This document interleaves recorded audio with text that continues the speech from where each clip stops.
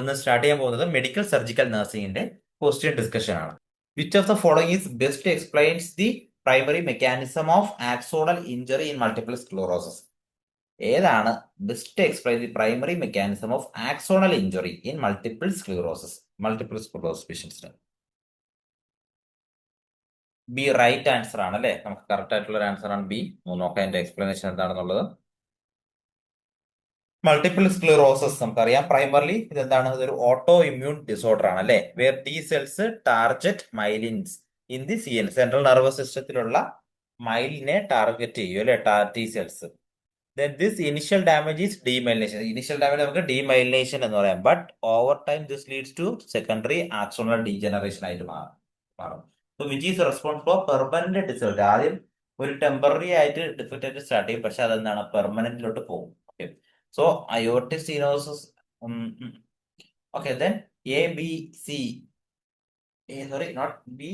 B is correct answer. Okay, A incorrect.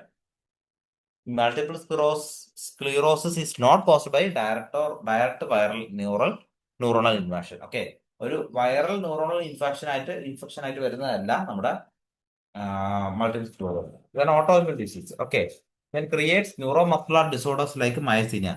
Sorry, not creates, relates. Okay, relates to നമ്മുടെ myasthenia gravis പേഷ്യൻസുമായിട്ട് ചെറിയ relate ചെയ്യാൻ വേണ്ടി. Next question, which structure is most vulnerable to compression in uncal herniations leading to a bilateral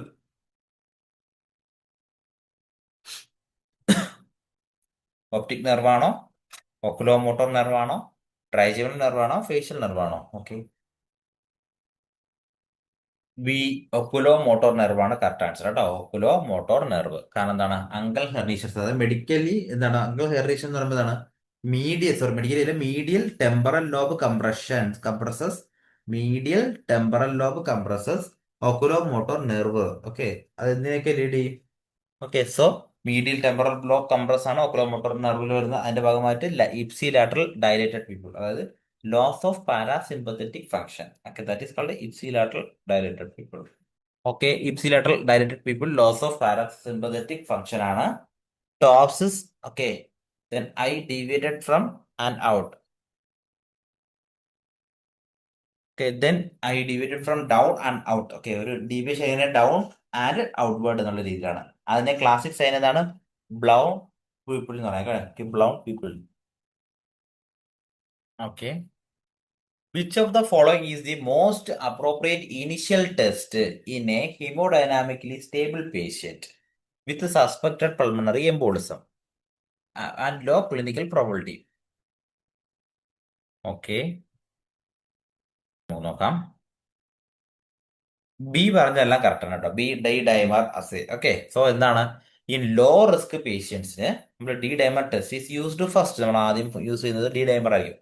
A normal result effectively rules out pulmonary embolism due to its high emergency. Okay, so low risk patients ആണ് D dimer test is used first. Then normal result effectively rule out ചെയ്യാൻ എന്തിനാണ് rule out pulmonary embolism ആണ് due to its high sensitivity.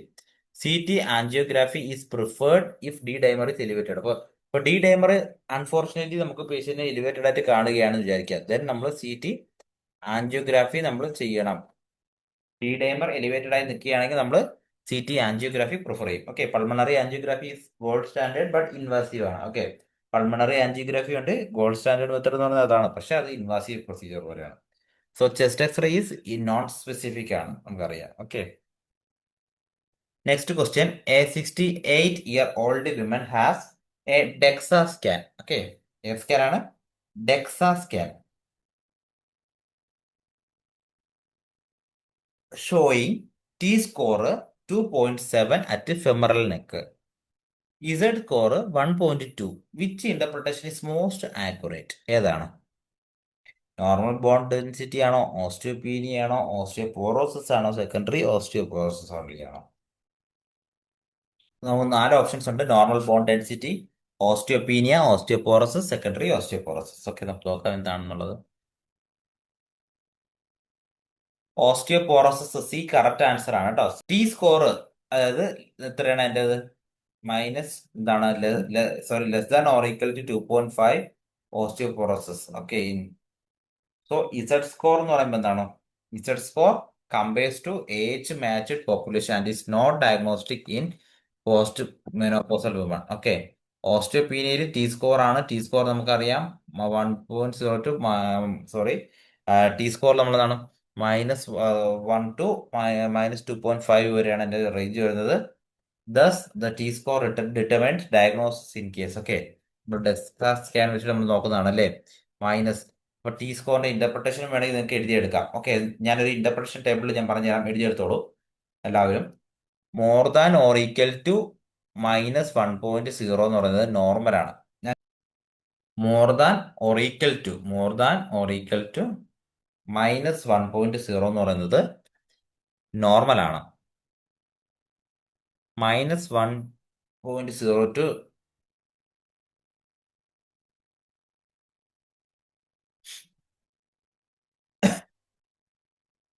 More than or equal to -1.0 എന്ന് പറയുന്നത് normal ആണ്. -1.0 to -2.5 എന്ന് പറയുന്നത് less than or equal to -2.5 എന്ന് പറയുന്നത് ഓസ്റ്റിയോപോറോസിസ്. ഓക്കെ. അപ്പൊ ഓസ്റ്റിയോപീനിയ എന്ന് പറയുന്നത് -1.0 ടു -2.5 ആണ് ഓസ്റ്റിയോപീനിയ എന്ന് പറയുന്നത്. Less than or equal to -2.5 എന്ന് പറയുന്നത് ഓസ്റ്റിയോപോറോസിസ് ആണ്. Score more than or equal to -1.0 എന്ന് പറയുന്നത് നോർമൽ ആണ്. -1.0 ടു -2.5 എന്ന് പറയുന്നത് ഓസ്റ്റിയോപീനിയാണ്. Less than or equal to -2.5 എന്ന് പറയുന്നത് ഓസ്റ്റിയോപോറോസിസ് ആണ്.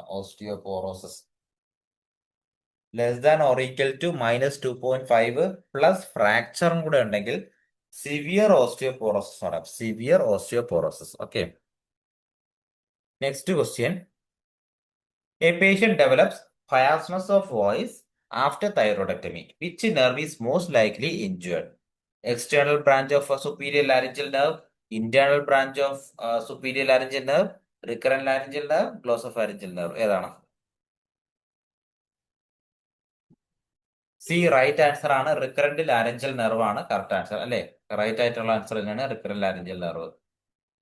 സോ ഇവിടെ എന്താണ് റിക്കറന്റ് ലാരഞ്ചൽ നെർവ് ഇഞ്ചറി എന്ന് പറഞ്ഞാൽ all intrinsic muscles of larynx except cricothyroid. Okay. It is all supplied by recurrent laryngeal nerve.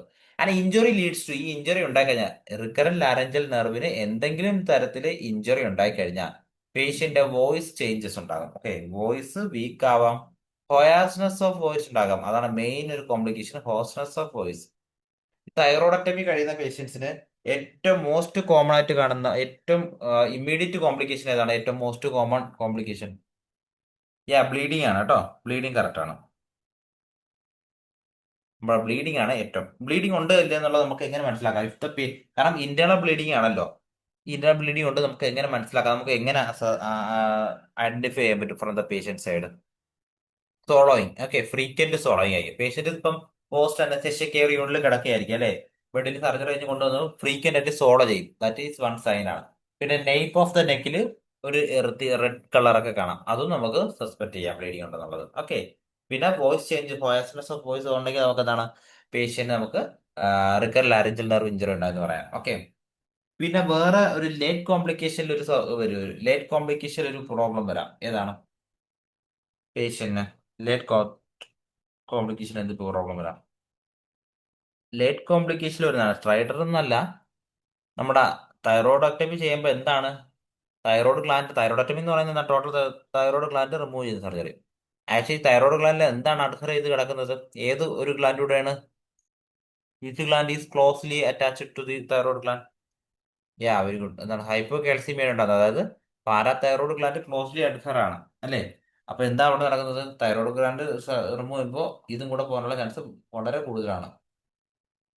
Okay. So parathyroid gland remove. Parathyroid gland ആണ് നമ്മുടെ calcium supplement. So calcium സപ്ലിമെന്റേഷനും കുറയാം. Okay. Hypocalcaemia വരാം. What is the medical terminology which is known as hypocalcaemia? Decrease the calcium level in the blood. തന്നെ നമുക്ക് hypo കാൽസിയമി എന്ന് കൂടെ പറയാം. വേറൊരു വേർഡ് കൂടെ ഉണ്ട് ടെറ്റനി. അല്ലെങ്കിൽ ഹൈപ്പോ കാൽസിയമി ഉണ്ടോ ഇല്ലയോ നമുക്ക് അസസ് ചെയ്യാനുള്ള രണ്ട് സൈൻസ് ആണ് ചോസ്റ്റിക് സൈനും എന്താണ് ഒരു സൈൻ കൂടെ ഉണ്ട്, ചോസ്റ്റിക് സൈൻ ആൻഡ് ട്രൗസി സൈൻ അല്ലെ. രണ്ട് സൈനും കൂടെ നമുക്ക് ടെസ്റ്റ് ചെയ്ത് നോക്കാം. ഓക്കെ, ചോസ്റ്റിക് സൈനും ട്രൗസി സൈനും.